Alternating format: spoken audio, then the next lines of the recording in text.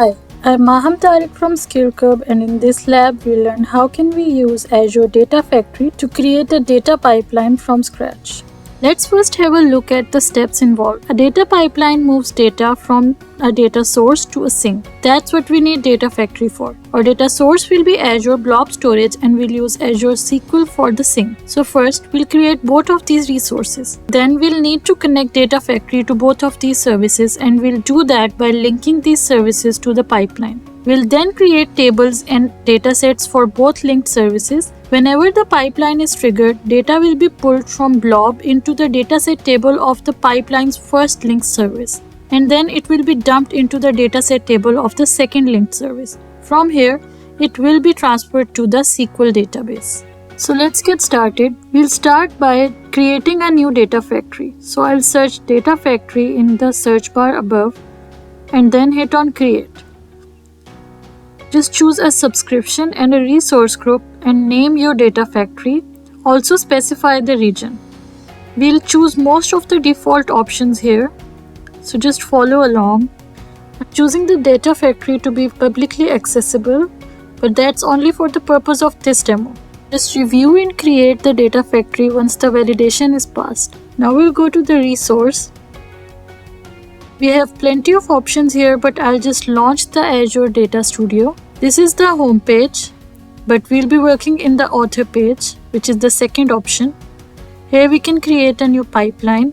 Now we need to create resources for linked services. So let's go to Azure SQL. In the Azure SQL page, click Create, choose Subscription Resource Group and a unique name for your database. Create a new server. After naming your server, you need to select the type of authentication. Choose an ID and password. Again, I'm choosing my SQL database to be publicly accessible. I'm also choosing it to be accessible through various other Azure services. Now we'll just review and create. We've created a simple SQL database. Now let's go to the storage account to create a new blob storage.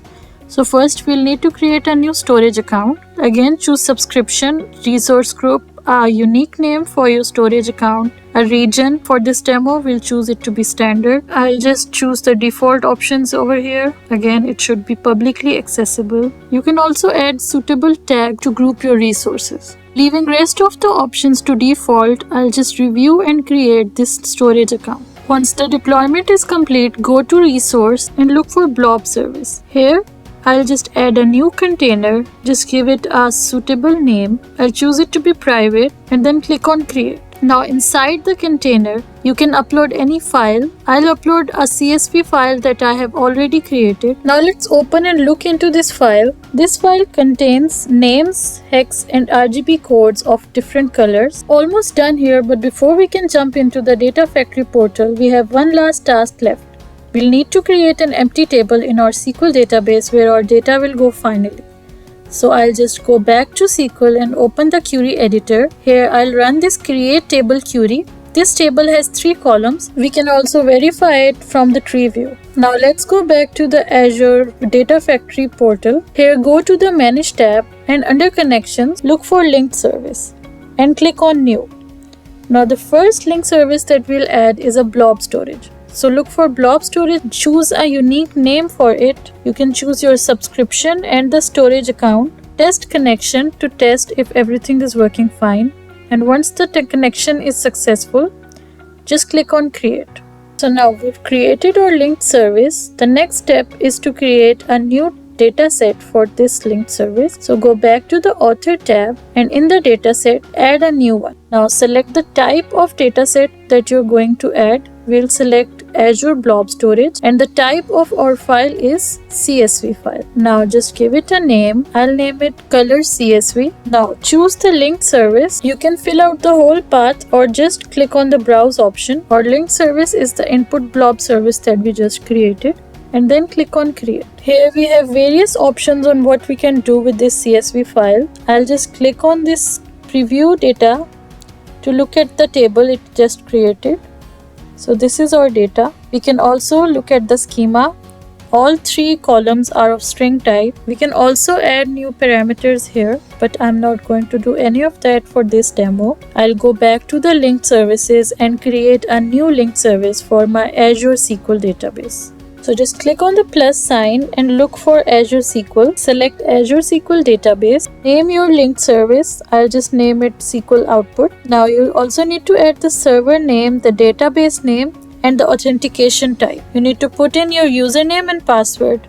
And then after the connection is successful, click on create. Here we have our second linked service. So now it's time to create the new data set for the second linked service. This will be of Azure SQL database type. In the same way, we'll give it a name. I will just name it SQL table. I'll select the linked service and the table name. And then I can also choose to edit this table here, but I'm not going to do that. And then I'll just click on OK. And here we've created a new SQL dataset. It is empty right now because our SQL table is empty. So now we have everything in place. It's time to create a new pipeline. In the pipeline, we have various options of what we can do with it, but the most common thing that we do in a pipeline is copy data. This function copies data from one source to another sink. So we'll just drag and drop it here and then give your pipeline a name. Choose the source, which is color CSV file from the blob storage here, and then choose the sink, which is the SQL table here.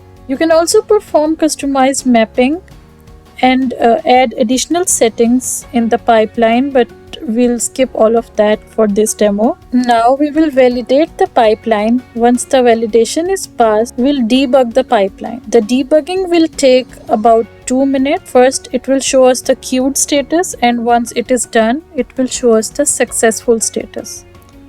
Once you get the successful status, now you're ready to publish your pipeline. But before doing that, let's go back to the SQL and run this select star query to verify if our table is populated. So I'll just run this query select star from colors table.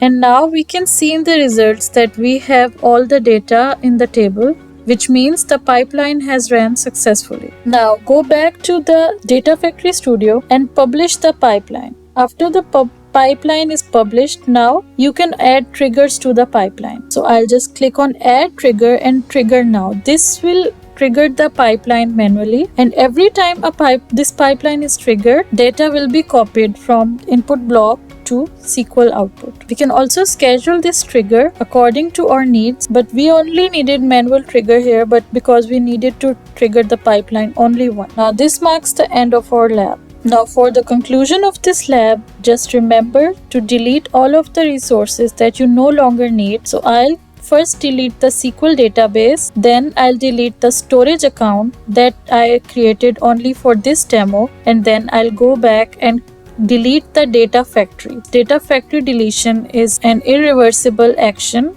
I'll just write the name of my data factory here and click on delete. You can also go back and delete your resource group if you don't need it anymore. So that was all for this demo. Thanks a lot for watching.